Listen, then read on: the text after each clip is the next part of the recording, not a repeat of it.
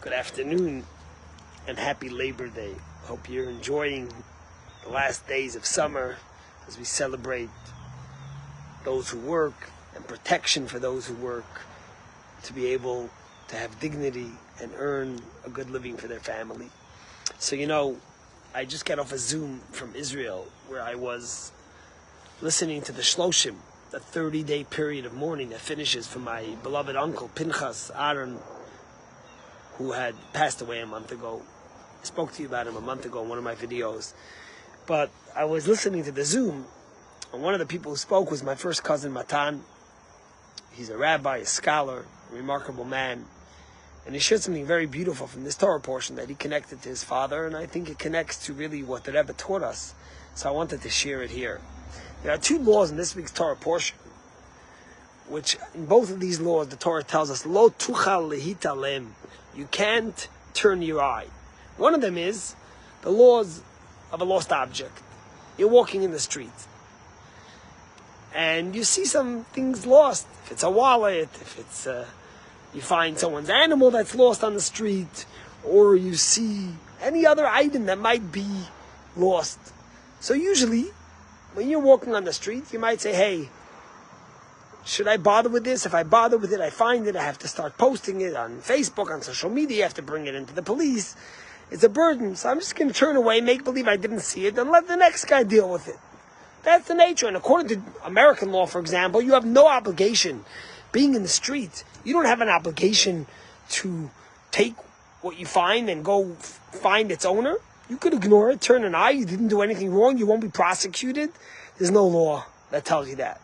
But the Torah clearly tells you in this week's Torah portion that when you see something lost on the street, lo tuchal lehitalem, you cannot just turn your eye and make believe you didn't see it. The moment you see it, you have a law, an obligation from the Torah to pick it up and to try to find its rightful owner. And the second one is, when you see your friend has his donkey, his camels carrying his load, and it's burdened, and it's too heavy on them.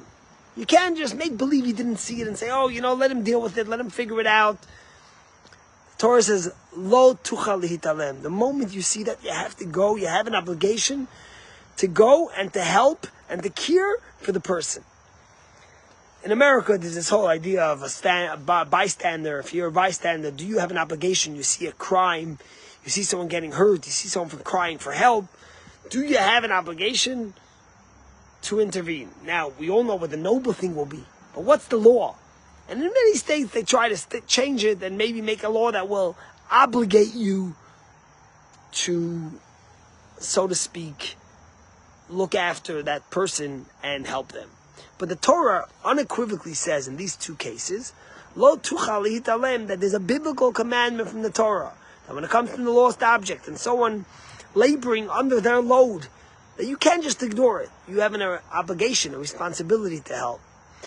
And my cousin quoted from Rabbeinu Bechaya, one of the great scholars on the Torah, who says that really this idea of Lo tuchal lehitalem, that you can't turn an eye, you can't ignore the pain, the suffering, the challenge, the lost object, is not really only in these cases, but it's a larger law of the Torah on everything. That as humans, as Jews, we have a responsibility one to another. We can't just ignore the suffering, the plight of the other. Sometimes someone's lost spiritually.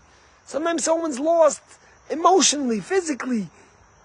Someone has a burden they can't carry. They have a child who's sick. They have a child who left the faith. They have a suffering with financial obligations. You have the responsibility not to ignore.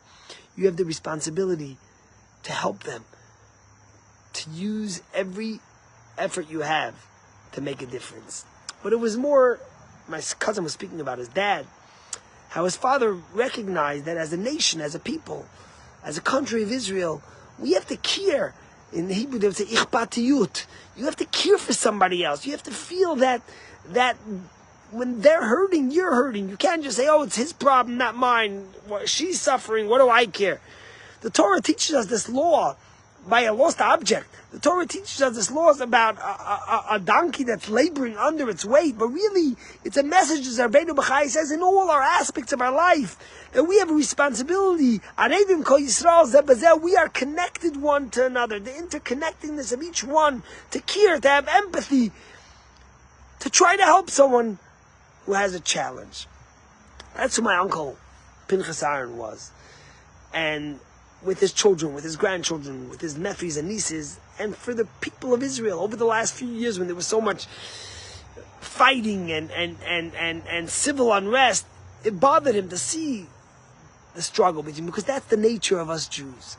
And the truth is, you know, when I think about the Rebbe always, and what he taught us, and what it meant to be a Chabad rabbi. Why did the Rebbe send Chabad rabbis to Timbuktu, to Siberia, to Nepal, to China, to the far-flung places of Europe, if it's Norway, wherever it may be, Alaska? Because the Rebbe felt that when there's a Jew that's lost spiritually, Lo tuchal lidalem. You can't just make believe it's not my problem. I have my life, I have my community, I have my family. But you have to make an effort. You have to know this is your responsibility. And as the Rebbe always said, you know, some people, there's two reasons you can make a fence. You can make a fence to protect yourself from outside forces, or you can make a fence to unite all those in the fence. And when it says Vasus Yagla Torah, we have to make a fence that embraces every Jew, wherever they may be, and includes them and connects them. And in a certain sense, that's what we're missing now more than ever. You know, everyone says, it's not my problem. I'm going to look away from it. My family's fine. My community's fine. My children are fine. But the truth is that we're one people. And we've seen it throughout our history that the Jews are connected. We get the blame for Jews all over the world. We get the success, but we're one people.